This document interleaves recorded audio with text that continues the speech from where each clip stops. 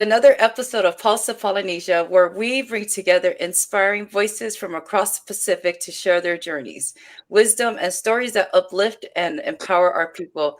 I am Leaso Filoyali, coming to you live from Houston, Texas. And Talofa, I'm Lina Famuina, coming to you from the beautiful state of Hawaii. Before we start this exciting journey, we would like to thank our team, Eileen Tumalu and Fufui Pitelo, for monitoring Facebook and YouTube.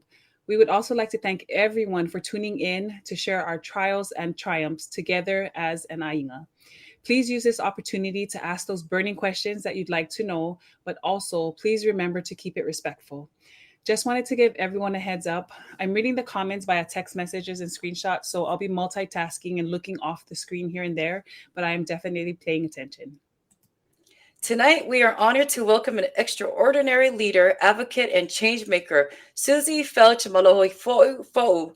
Susie is the driving force behind Pacific Island Knowledge to Action Resources, an organization dedicated to eliminating violence, strengthening businesses, preserving Pacific arts, and providing life-changing support to our life preserving support to our communities.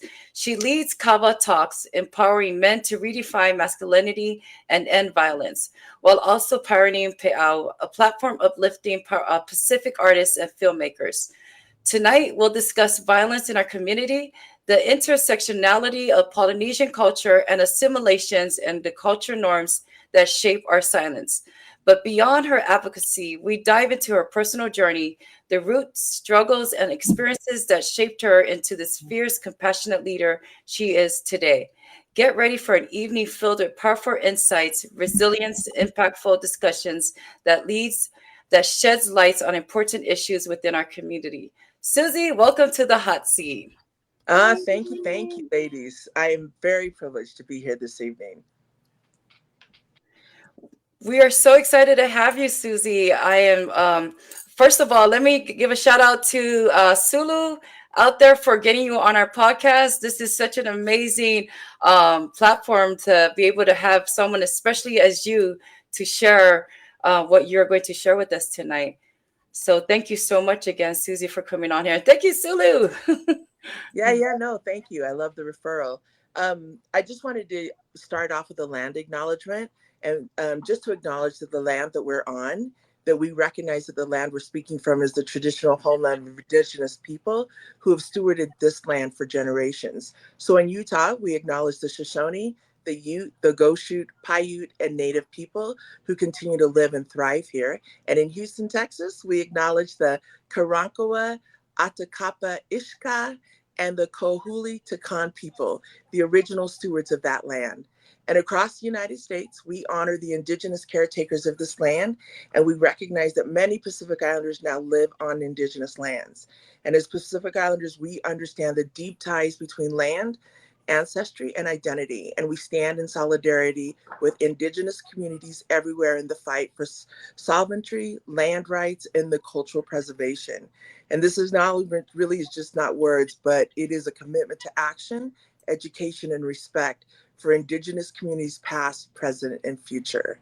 So I thank you for allowing me to give the land acknowledgement. I think as cultural practitioners that we need to remember that this land is Native American land. And just like in our Pacific Island countries, when we would go to some, we would also ask if we can be here and be appreciative of their land. So I always like to give acknowledgement to the Native Americans. And so who am I and why does this conversation matter?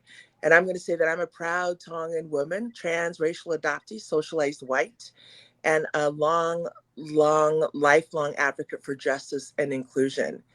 I do serve as the co-founder and currently the Chief Development Officer of PIK2AR, Pacific Island Knowledge to Action Resources, where we do empower communities with personalized support, fostering self-reliance, and removing barriers linked to social determinants of health. And I believe that everybody can win, and we will win if given the proper resources in the proper way with culturally relevant support and wraparound services to thrive. And so tonight, I'm really honored to join the Pulse of Polynesia podcast for a really powerful and I think very necessary conversation. And I asked myself, why is this conversation is important? And we often talk about culture, our pride, our strengths, but we don't always talk about the issues that we face behind closed doors. Mhm. And violence, trauma, and unaddressed pain impact us individually and as families and as people. If we don't talk about generational trauma, mental health, and healing, we're just going to keep those repeating the cycles. So, but I think the good news is that our ancestors have always given us the answers. Our traditions, our values, and our community ties hold that key to our healing. I do also want to say that there's a trigger warning and disclaimer here that Mhm. some of the topics that we're going to be discussing today will be triggering. And if anytime you need to take a break, step away from your computer, your phone, and process in your own time, that's okay. Now, this discussion is definitely from my perspective and lived experience, and I acknowledge that every person's experience is different. I want to say that our parents did the best that they could with the knowledge and resources they had. This is not a conversation about blame, but about learning, healing, and growing together. So we're going to discuss options tonight, some ideas, but the idea is that you drive what's best for your family. You take the good, leave the rest. Mhm. And in order to make sense of many of these things, I thought I'd start with where are we in the United States as Mhm. people? And then some cultural norms that may affect and be changing because we don't live in our home countries. Um, and how did we get in, before we get to discussing domestic violence and sexual assault and bullying, and suicide. So if we just take the information, what do you think are some of the barriers our community faces today? And how do you think that loss of language affect our identity and the way we learn? What do you ladies have any thoughts about that? What are the biggest barriers? And the loss of language, how does that affect our identity? I think a lot of it has to do with with the upbringing. There's not enough communication. There's not enough. We're too caught up with the change in life right now in this day and age. We're not trying to hold on to what we've. It's kind of like an example of a person going to church, right? You could take your child to church as much as you want, but if that child has a family of their own and they don't take their child, then that continues to go on. You just start to lose that tradition. And Yeah. so I feel like that's kind of similar case with our culture. We start to lose little by bits as the generation starts to grow. Yeah. Especially when we don't live in our countries, right? Yes. Yes, yes, yeah, and that's one thing too. I think one of the barriers is that um, when we are removed from our culture ties and then placed into, like, say, the Americanized way or another way of life, you have a challenge, right, to say, do I do this because I know this is in my culture, is what I should do, or do I fit in and go with the flow because I'm trying to live in this world of not understanding that, you know knowing yourself, you have know yourself well enough to say, like, no, that's not something that I would do or believe in, because in culture we believe in a lot of things. We believe in God, we believe in a certain way, the way you walk, the way you stand, the way you talk. Once you realize that you believe in that, you're not speaking for yourself, that you're speaking for your family and your village or your peoples, then that gives you a different perspective of, maybe I shouldn't, right? But then Yeah. also, like, trying to fit in. So it's a lot of things behind that. And also, like you said, the loss of language, right? Understanding that back in the days when our people did come to the United States, they actually had them stop speaking the language, right? They didn't want them to have that accent. So, right. So you have generations that the language has been lost. But in this day, age, and time, now the kids are saying, like, I want to know my language, right? I want to know my language. I want to know my people. And then, sorry, the hard part is, then we have our own people who are saying, like, oh, you're plastic, you know oh, you're not speaking it right and making fun, right? So then you're like, what? I'm trying to It's not my fault that I don't know it, but I'm trying to rectify it and trying to understand it. Why are you guys? You know Hmm. what's funny about that is the older people shouldn't say anything because it's their fault because they didn't teach it, right? It's not Right. the youth, Yes. right? Yes, yes. So if But you think that the mhm. kids don't know how to speak and they're plastic, that responsibility fell on the older adults, the Yes. older generation. right? Yes, but they should take So it more as inviting. Like, why do people look down on people that are trying to learn the language or trying to understand their culture, right? Why do we point our finger and it's like, oh, it's like, why that? We should be more inviting to say, they're I'm trying. so glad you're trying to learn. Right, right. Yeah. Like they teach other languages in schools to have people embrace, Spanish, French, right? So it's like you should be proud when someone of your culture wants to learn it. Yeah, for sure. So I wanted to share some statistics about Pacific Islanders here in America. So there's 1.6 million Pacific Islanders that live in the United States. 40% of 40 growth. We had a 40% growth from 2010 to 2020. Now, you know that these numbers, it's way higher because these numbers are based on the census. Half of our people don't open the door. We're not answering anything. And so those numbers are probably very low in comparison. The majority reside in Hawaii, California, Washington, Utah, Texas, and Alaska. 13.5% of Pacific Islander families live below the poverty line. And just to share with you that the poverty line for a single individual is $15,650. For a family of four, it's $31,200, which means that 22% of Pacific Island children live in poverty, which is twice the national child poverty rate of 10%. That's what the average is, but we are at 22%. Our education, 19.6% of Pacific Islanders hold a bachelor's degree or higher. And we're going to talk about that in a little bit here. Health disparities, high rates of diabetes, hypertension, mental health struggles. Incarceration in Hawaii, they're 4 times higher than the non-Pacific Island whites. Homelessness, Pacific Island rates in California are 7 times higher than the U.S. average. I know here in Utah, 6% of the homeless are Pacific Islanders. 6%, right? Homelessness crisis, only 50% of Pacific Islanders own their own homes compared to non-Hispanic whites. And that just tells you kind of the state of where we are. A lot of people think our community is doing just fine. But based on the data, I would say that we're not doing just fine, that we can do better. To have 22% of our children being raised in homes that make less than $30,000 for a family of 4, you can't even eat on that, right?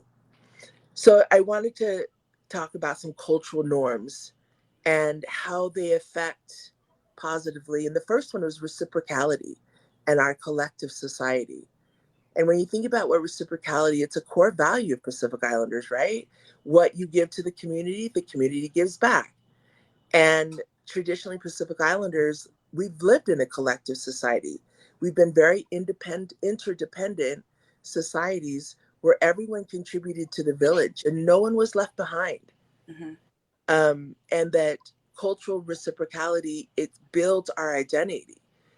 I mean, the oldest child takes responsibility for the younger siblings. Yes. Yeah. Families share financial resources, ensuring that collective survival, everybody survives. Brothers, sisters, aunties, uncles, grandparents, right?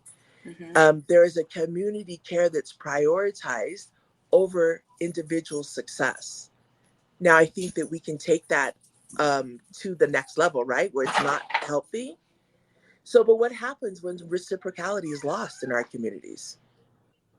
And I think we see that as nowadays, as we live outside of our countries, is how does that, well, now what happens when we lose reciprocality in this country? We shift from being interdependent to individualism, right? Because in America, the Western norm is to prioritize individual success over the collective. But when that's the case, it weakens our community ties. And so another thought that I had is about losing reciprocality is it leads to increased isolation among our elders and our youth, because we've been used to being the family collectively together. But if you break that apart and you're just one single family, elders and youth then are increased in isolation. And then we have more financial pressures on individuals to support the extended family. because nobody's giving collectively, right? So you may have one sibling that's trying to help all the siblings financially, and one sibling or two siblings trying to help mom and dad and grandpa out, right?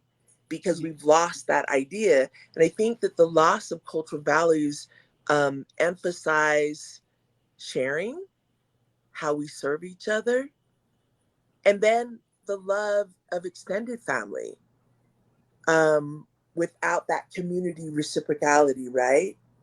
We lose some of those cultural values. So I thought to myself, what's the cost of losing that village mindset? What are we seeing here in America? When we lose that village, we lose our safety net. You think about that. It's always been our safety net. So without interdependence, Pacific Islanders, when we don't live in our home countries, we experience higher stress levels, right? As the responsibility shifts to individuals, we used to have a community to shoulder those problems with. Now we just have ourselves and maybe our spouse. And so the stress level increases, right? And then increase financial hardships because we have fewer people that are putting into those resources to share in the responsibility.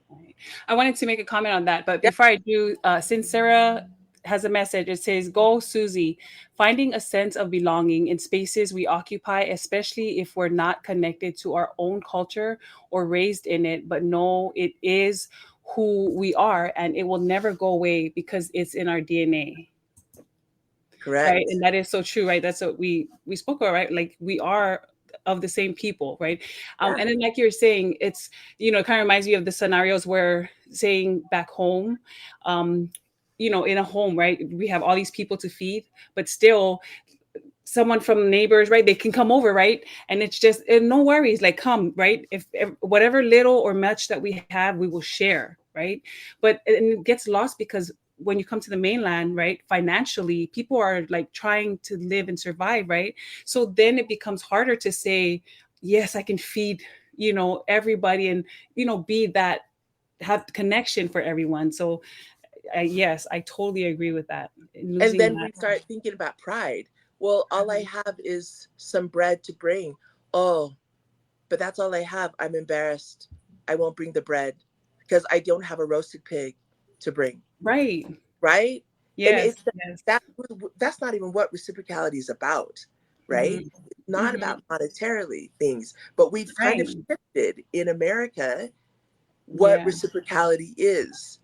We have it weakens our cultural identity as Western values start to replace what traditional reciprocality is, because then money becomes more important.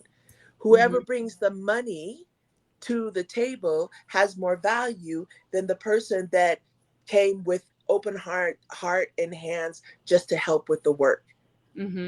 Right? Yes. So I think that's one of the things. And I always ask, how can we preserve reciprocality in a modern world? How do we do that? And I think that we need to rebuild our collective mindset, change it. We need to teach our youth that success is not just individual. Our success is collective.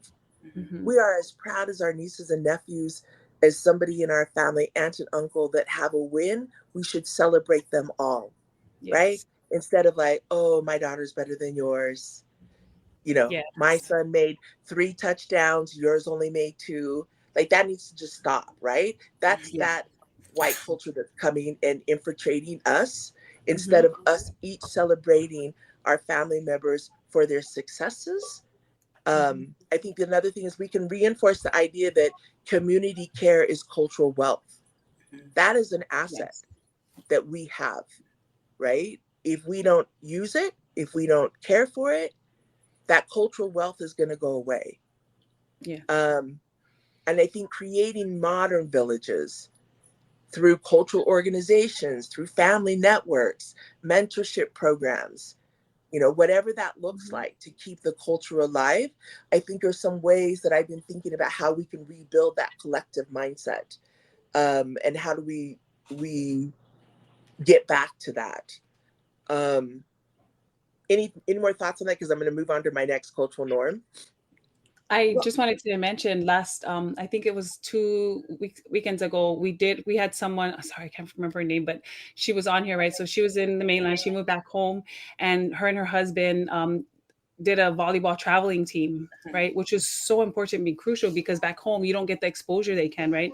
So they believed in bringing the kids out to play volleyball here, get seen by coaches. And then she said her and her husband's thought was that if they can help one child get into college and become successful, they will come back home and take care of their family, and that ties in exactly to what you're saying, right? Is they could just have taken care of their own kids and made them successful, but they had that mentality of, we're taking the whole village, whoever makes it out will come back and continue that prosperity process. So and for yes. women, if you help a woman, that's generations to come because she's going to have Yes. children, Mm-hmm. right? And Yes. those new mindsets and those new things she's going to pass on, healthy relationship, healthy things that she's learned. So yeah, totally. That's just one thought, because as we get to domestic violence, thinking about how that collective society, right? How that Mm-hmm. hurts us and how that helps us. The next one is our connection to our land and that placenta burial tradition that we have, right? Mm-hmm. And when we lose our land, when we come from our islands and we come here, you may buy a house, but you don't own that house. You're Mm-hmm. going to still pay taxes the rest of your life, even if you paid it off. You don't pay the taxes, that house is gone, Mm-hmm. Yeah. right? And so when we lose that connection to our land, what does that mean to our identity? Because when we're back home, everybody knows whose house is where. Everybody knows what Mm-hmm. villages their families are from, generation after generation. So Yes. we lose that identity from that village and the land, right?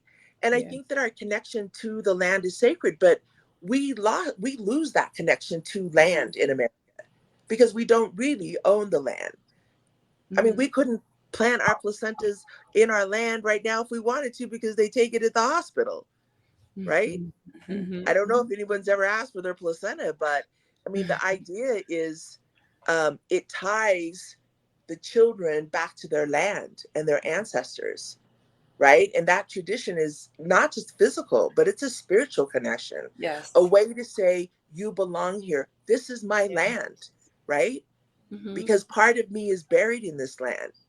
And this land will always recognize me because my placenta is here. This is my family roots and my ancestors, my mom and dad.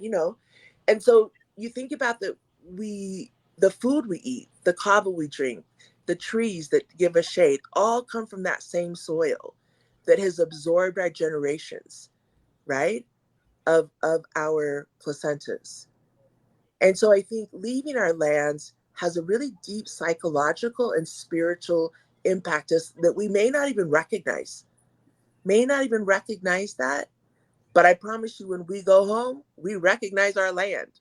We recognize our family land, right? And that feeling when you go home, I know when I get that feeling when I go back to my village, I'm like, I'm home. There's Yeah. just a different feeling, right? And we don't get that same feeling when we come back to America, to our house. Mm-hmm. It's not that same feeling. But when we lose our land like that, because we've come here, we lose these traditions and identity to land. And so I asked myself, how do we reclaim that with our connection, right? And I've Mm-hmm. thought about that. In Hawaii, they do great, right? You guys have the ocean still there. You're cleaning the land. You're cleaning the water. We practicing stewardship wherever we are. I've been working on a project here in Utah, and kind of the tag of it is the Moana starts at the top of the mountains because all water is connected. Mm-hmm. And so if we understand that we're protectors of the Pacific Ocean, if the Moana starts at the top of the mountains here where we live in Utah, we have a responsibility to make sure that that water is clean, and because it's going to flow down into the Pacific Ocean. And so and that's part of some of the work that I've been looking at is how do we become better land stewards? And what we do here in Utah affects what happens in the waters in Hawaii, affects what happens in the waters in Samoa and Tonga. And I think that we have forgotten to teach that to our children, that the importance behind those generational ties to our land. Half of our kids won't even ever go back and see that land, right? Yeah. They won't even see their generational lands. And so, I think that our connection to the land is sacred. And that bond that we have, but I think we've all lost it. I even see for myself, it is lost that idea of sand and water and making sure that the garden is taken well. We don't even garden, do we? I mean, I know I don't garden, but when we're home, we do, right? Mhm. We Yeah. live off the land. And so I say that possession of land is a possession of identity, right? Um, and then I'm gonna, any thoughts? Because I know that's probably far fetched for some people, but I think you get it, Mm-hmm. right? That land connection that we've always had. And Now we let's have a talk about the loss. question. Oh, Yeah. sorry. So we have a question. What are your thoughts on some American Samoa citizens wanting to be citizens automatically? Yeah, I honestly feel like they should be because they are like American Samoan. But the other part of me says, I wish Samoa would break away from America, Mm. right? Is Mm. that I hate to see, um, I don't know, that, I mean, that's just my personal thoughts, right? I feel like if they're going to have the flag of America, they should be automatically citizens of it and have the same rights as every other American. But on the other flip side of that is, if I was American Samoans, I wouldn't want to be American. I'd want to have my own country back. Yeah. Well, thanks for the question. Um, Yeah, the online. next cultural norm is the loss of language and the impact that has on our learning. And Mhm. so we understand that written language came with colonization. And before that, we were an oral society. So we passed down knowledge and genealogy down through storytelling at family events. Mm-hmm. That's why our kids are so boring. They don't understand the language, so they don't understand the genealogy, right? They don't understand the storytelling when we've lost our language. And there are just some things, that can't be translated. Mhm. They don't even have words for it or meaning. They're lost in English. Um, but because we were an oral culture, we learned by watching and doing. Mm-hmm. But in schools, the American system uses a very different learning method. We start learning at a really young age to code switch. We are expected to live by one set of cultural norms at home and then a different set at school, at work, and in public spaces. Mm-hmm. And so our culture and identity, there's that saying that says our culture and identity are non-negotiable. No matter where we live and how we dress or what language we speak, our genealogy, traditions, and cultural values remain at the core of who we are. And just because you don't speak the language doesn't mean you're less Samoan or less Tongan, Mhm. Mm-hmm. right? Yes. And I think it often that happens, and people say that Mhm. because I don't know how to dance Tongan or because I don't know how to speak Tongan, I'm less Tongan. And then it makes, I mean, I grew up feeling like I was like an imposter Tongan. And that's not true because the blood that runs through our kids' veins Mhm. is Polynesian. Yes. Even if you have 1 ounce of it, Mm-hmm. that's enough. You don't have to be able to speak the language. You don't have to do any of that, right? And I Mhm. think that that's a message that we could help our young realize that they're enough. They're enough just the way they are. Um, and I think communication came up, right? We talked Yes. about, so how does the way we communicate in our culture shape how we navigate American systems? Mhm. How does the way we communicate in our culture shape how we navigate American spaces? It's really tough, like having to merge both different types of culture, American and our Polynesian. it doesn't really sink, 100%. And the reason why I say that is because I noticed me coming to America being a culture shock when I first came to live in America. I had to change the way I am. I had to change certain types of my upbringing, and then that carried on to raising my kids a different way, to be able to allow them to merge the way they need to in the American society. Yeah. And To so, assimilate. yeah. So the communication part was more of I for me having to raise in Samoa, but coming here raising my kids in America. That was my fault to not be able to teach them more of the cultural side, because I was too afraid that they weren't able to mend well with the American society. Yeah, So, yeah. I mean, we're not blaming. We're not going to let you blame yourself and shame yourself.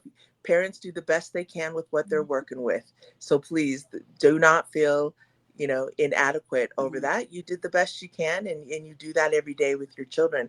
So if we look at how Polynesians communicate, it's very indirect, right? mhm, And it's always rooted in respect. There's a lot of nonverbal gestures, eyebrows, silence, facial expressions. They carry so much meaning when we speak to each other, right? We are taught to first process, and then probably never respond, right? We yes. we just listen and we process and don't respond. Speaking too much or too boldly can be seen as disrespectful, especially Mhm, to elders. Um, Boasting about your achievements or strengths is frowned upon. We're taught to be humble and let others speak for our abilities, but we aren't to ever talk about how good we are at something. And then conflict resolution is often done through actions rather than words, right? mhm. Because we don't know how to communicate to say I'm sorry, but we'll go buy something and give something to something or do something without actually saying I'm sorry, Yeah. right?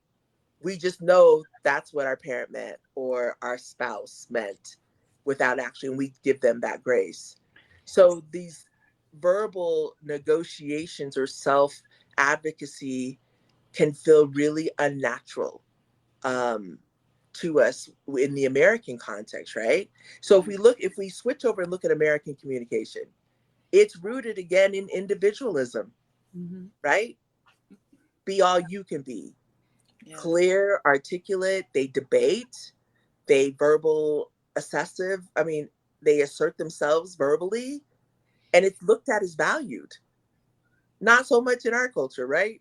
Yes. If we were to debate or were like assertive verbally, and so then you look in workplaces and schools, Polynesians may be seen too quiet or Yes. not very confident, Mhm. Yes. simply Timid. just because they're practicing cultural humility, Yes. Can I right? just add something to Yeah. this? So when I was in college, the professor had asked all of us a question, and none of us Polynesian kids answered. It was always the Balangis, the white kids, and other cultures that spoke. But us Polynesians, we were just quiet. We were just sitting there like we're not going to speak until we're asked to speak. Right, And right. so it didn't hit me until, or any of us, until the professor said, "This is what I was talking about. You guys need to speak up. This is not, we're not in your island. We are in America. You need to talk."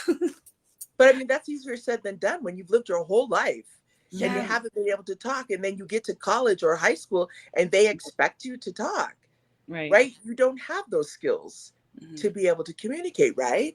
I mean, Mhm. and then the expectation in American culture is to advocate for yourself, to mhm. negotiate, to debate. Um, and it feels really unnatural for Yeah. us. It almost feels like we're being rude, disrespectful, defiant to authority, right? Mhm. But look at how that impacts a job interview or career advancement, Mhm. right? In the American workplace, people self promote themselves, they say how great they are. If you've ever interviewed people, They tell you how great they are, and then they start job, and then they're not great at all, right? And we seem to be the opposite, right? Yes. We don't sell ourselves, then we get the job, and we do a wonderful job. Mm-hmm. But we Yes. don't do well in selling ourselves in job interviews. We don't do well in articulating and saying, I'm really good at this, and I accomplished this. I got this award. Mm-hmm. We're not good at negotiating pay raises or promotions to ask your boss for a job. We think, and we've been socialized to think, if we just do a really good job, somebody's going to give us a raise and a promotion, Yes. right? Right. And many of us, through the corporate world that we've been in, have been overlooked Mm-hmm. for raises, for jobs, and then we've been butthurt about it, right? Yeah. Because you should see me, I do this. But unless we promote ourselves, right? The other thing is, we don't speak up about workplace issues, advocating for, if there's your leader is not doing the best job, we're just going to take it, right? Mm-hmm. Yeah. So what happens when cultural humility meets American individualism, when those two things come together, right? What are the effects of our cultural norm? So while humility is respected in our Polynesian communities, it can be misinterpreted as a lack of confidence or leadership in American workplaces, Mm-hmm. right?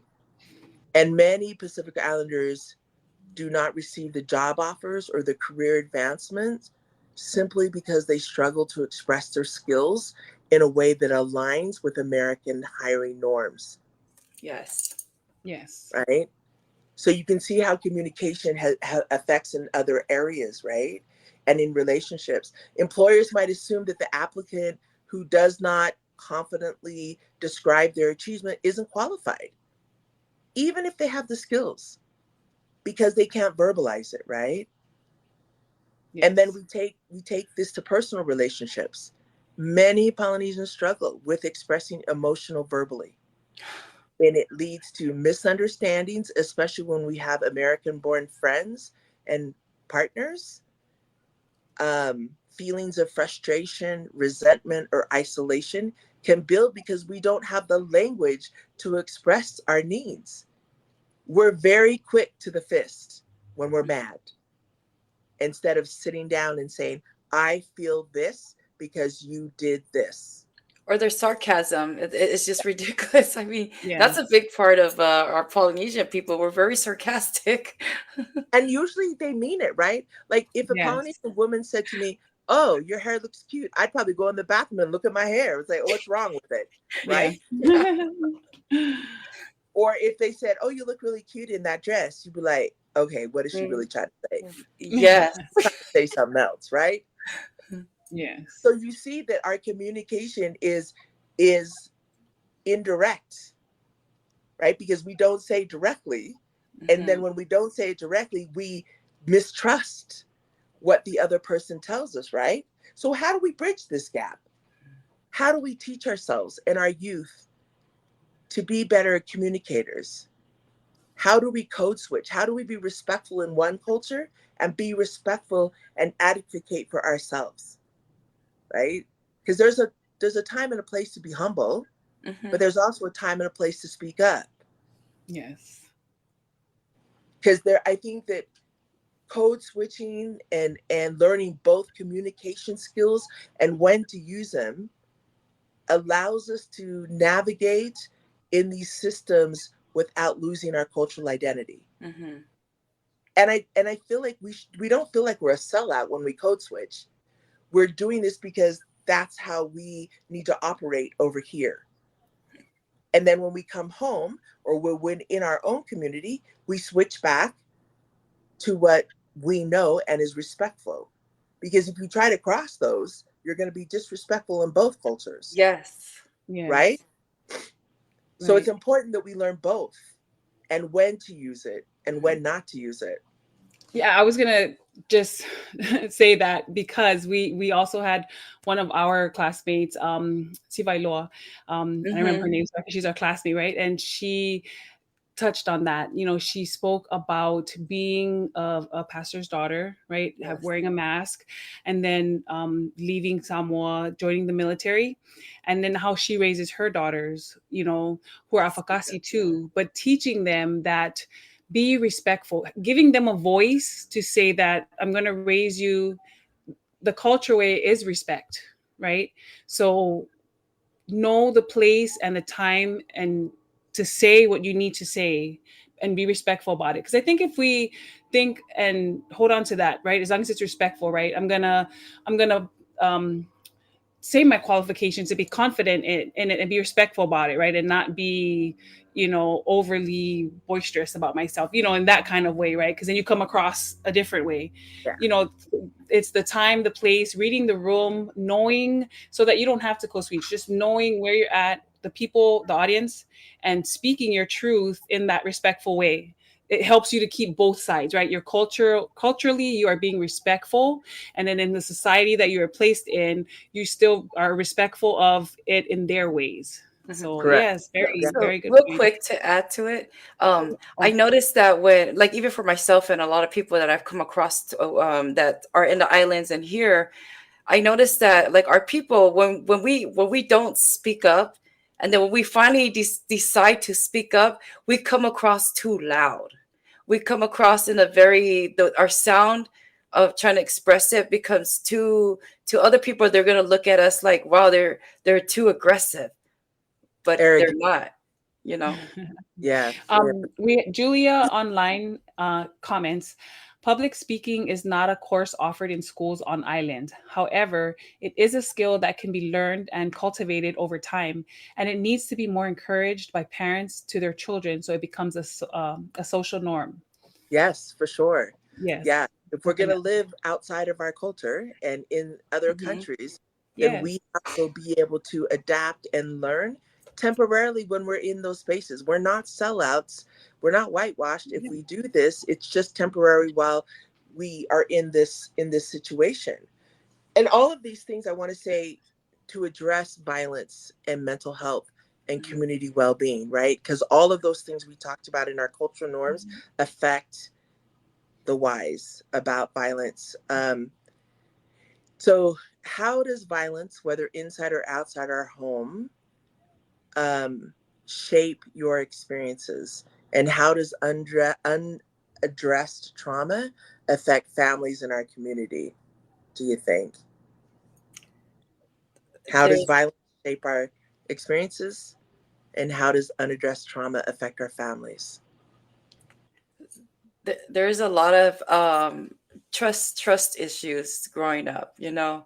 There's a lot of not putting a guard up, and not being able to really be you, and then you carry that on to your kids, because then your kids are not able to see their mom 100%, and being more protected of the kids, in a sense where you don't want them to go through what you're going through, but at the same time they really can't be the way they need to be, because mom is a certain way. I don't know if I'm explaining that well, Yeah, but is mom dealing with trauma Yeah. herself?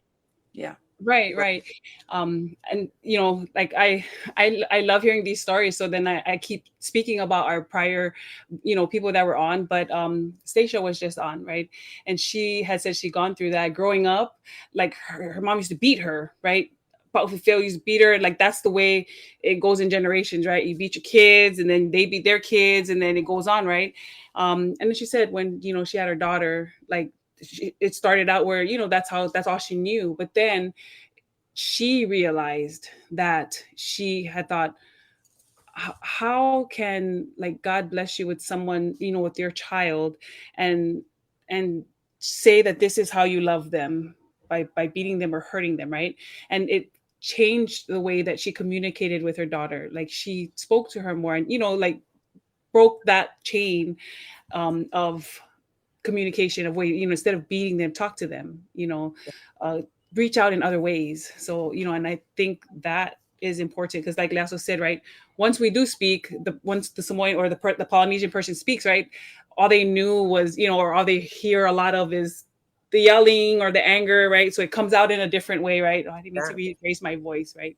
But Yeah. not knowing how to communicate, is a thing. But I was just going to say that the definition of domestic violence is a pattern of abusive behavior in a relationship used to gain power and control over an intimate partner. So, right, domestic violence is about power and control, and it starts long before the physical violence. It includes verbal abuse, financial control, emotional manipulation, and isolation, way before the black eye. And I think we can see those signs when we if we maybe I can come back and we can dive deeper into the power and control wheel, and you can start seeing when it's usually the first step is verbal abuse. You're ugly, shut up, all of those things. And then when that stops working for them, then that's when the physical, right, the emotional manipulation. And then sexual assault and incest. Sexual assault is sexual contact without explicit consent, and incest is sexual abuse within a family. It's a form of generational trauma that's often not talked about in our communities. And then the other item I had was bullying and suicide in our Pacific Island communities. Pacific Island youth experience higher rates of bullying due to their cultural identity, body size, stereotypes, and racial discrimination. Suicide is the leading cause of death among Pacific Island youth ages 12 through 19. And many of our youth don't ever seek help because mental health is stigmatized and they don't have culturally relevant resources to go to. And so, you ask yourself, what's moving forward? What are those strategies so that we can change that? Mm-hmm. How do we um, change that? And the first thought is we've created safe spaces for these conversations. This podcast is a safe place, is a platform for individuals, families, and communities to learn and be educated and to hear stories. Um, what's the one thing you can think of that we could do today to move our community forward around domestic violence and sexual assault? Sharing your story so that people can hear it. They can know that, see the outcome, that it is going to be okay, right? Offer hope, Yeah, offer like what you have, resources. yeah, It gives hope to the person that's going through it, that thinks there's no other way out, or there's nothing else to do, or this is where I'm supposed to be. Like, it opens it up. You sharing your story, everyone's sharing their story so that they can hear it. Like, it's going to be okay, but yeah. you have to take that step. You have to go beyond praying and take that step. And I you think know also too, hearing people's stories like, oh, I'm not the only one. yes. Oh, I thought that isolation is real. We think we're Mm-hmm. the only one that's going through it. And when we hear other people's stories, so podcasts like this are very important, so that the women and men that are out there, youth, can say, oh, this is not right. Often when we are in domestic violence, sexual assault, we think it's right. We think that's what we deserve, right? And so breaking that silence on violence and mental health and trauma is vital. It's like the first step, right? Is being able to tell your story. I mean, encouraging people to get culturally relevant therapy and counseling, Yes. healing spaces, right, is very important as well. Um, we started PIK2AR 10, 12 years ago. I was a survivor of domestic violence and sexual assault. My first abuser lived here in Salt Lake City. And when I came back here, it'd been 30 years, but I had been in a relationship that I was really, really um, undignified. Like, I was being beat up at the rugby game. Nobody would help me. People didn't know that I was Tongan or Samoan. They didn't know I carried my Palangi last name, so nobody really helped me. And I remember many times grabbing a man's leg and saying, "Please help me," and they would just shake me off. And so I was coming back to a lot of shame coming back here to Utah. And so I started looking for a culturally relevant uh, support group.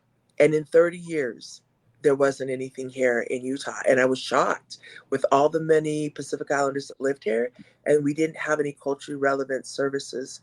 So my husband and I went to a national Asian American Pacific Island domestic violence conference.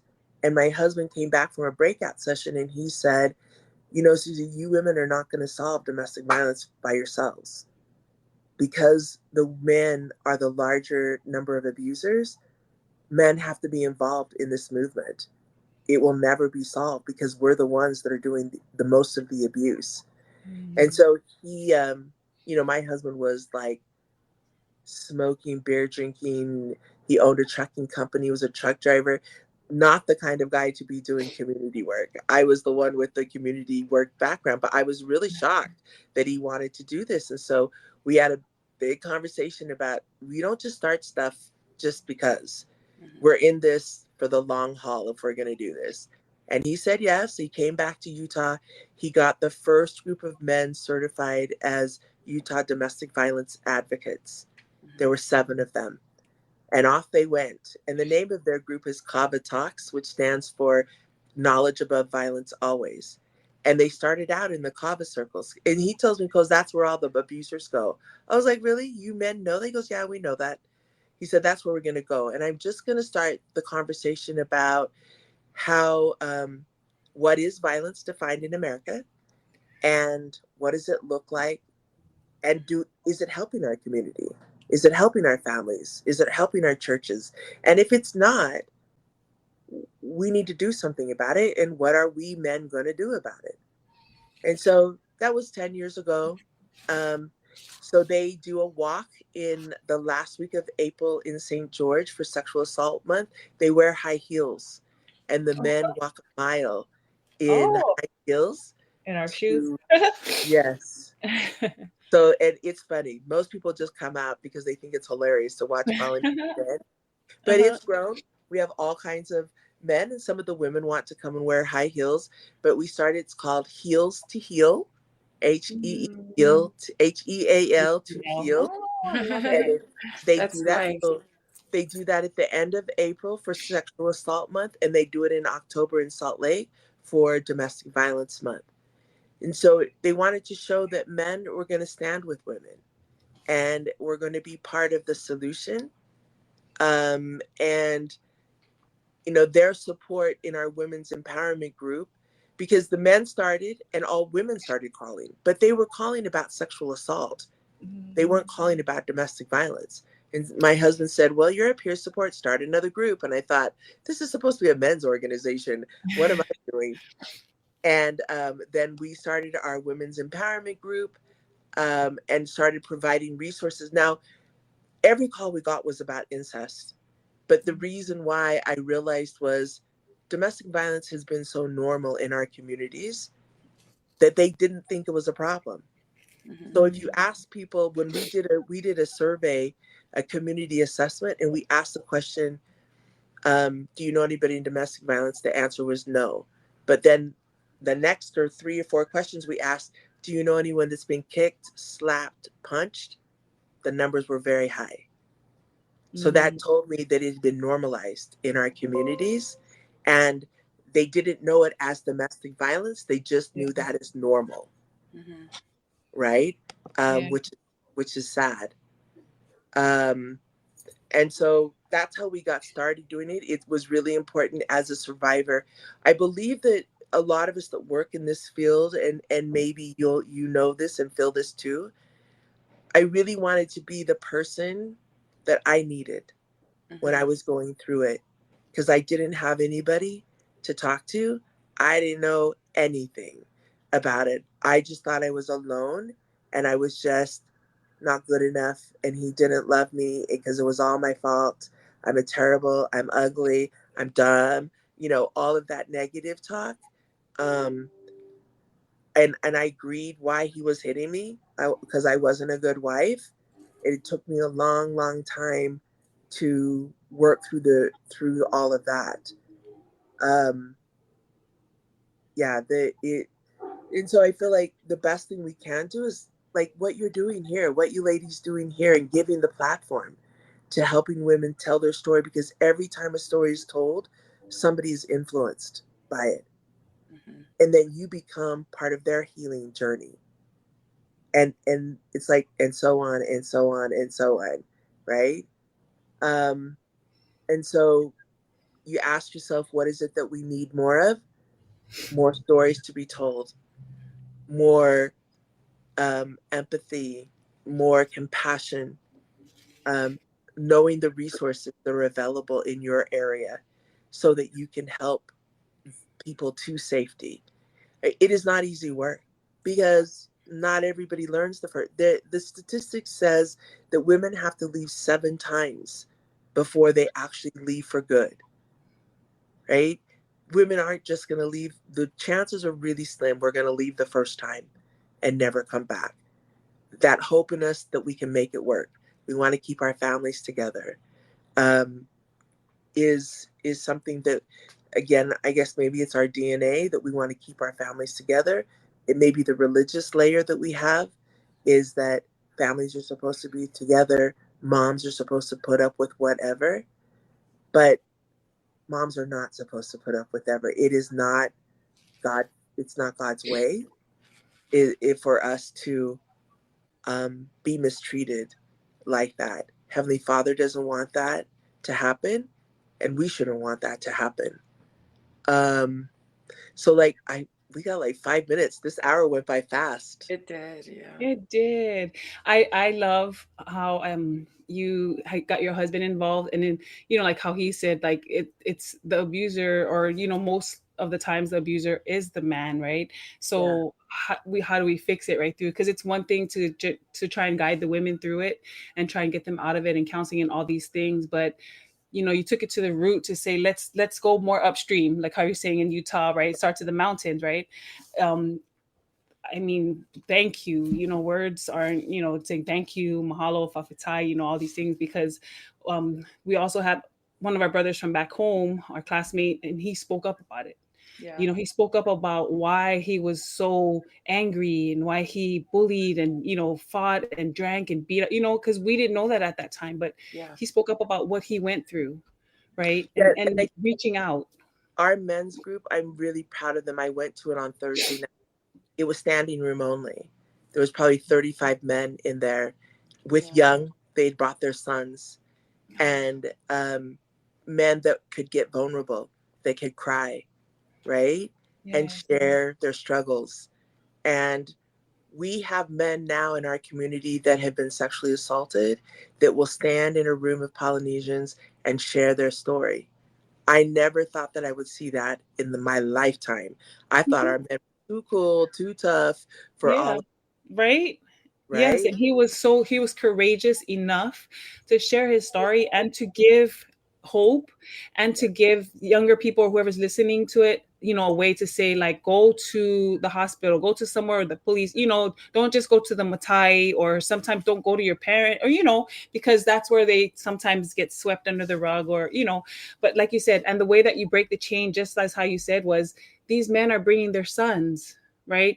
They are involving to break that chain and generational curse, if I dare say that. I mean, they're able to see communication, because we Yeah. let the young men check in and be part of that conversation. So they're sitting with my husband is 73 to their dad's age, that's like 40, 30, Yes. and they're sitting there, and at 10 years old, at 15, right?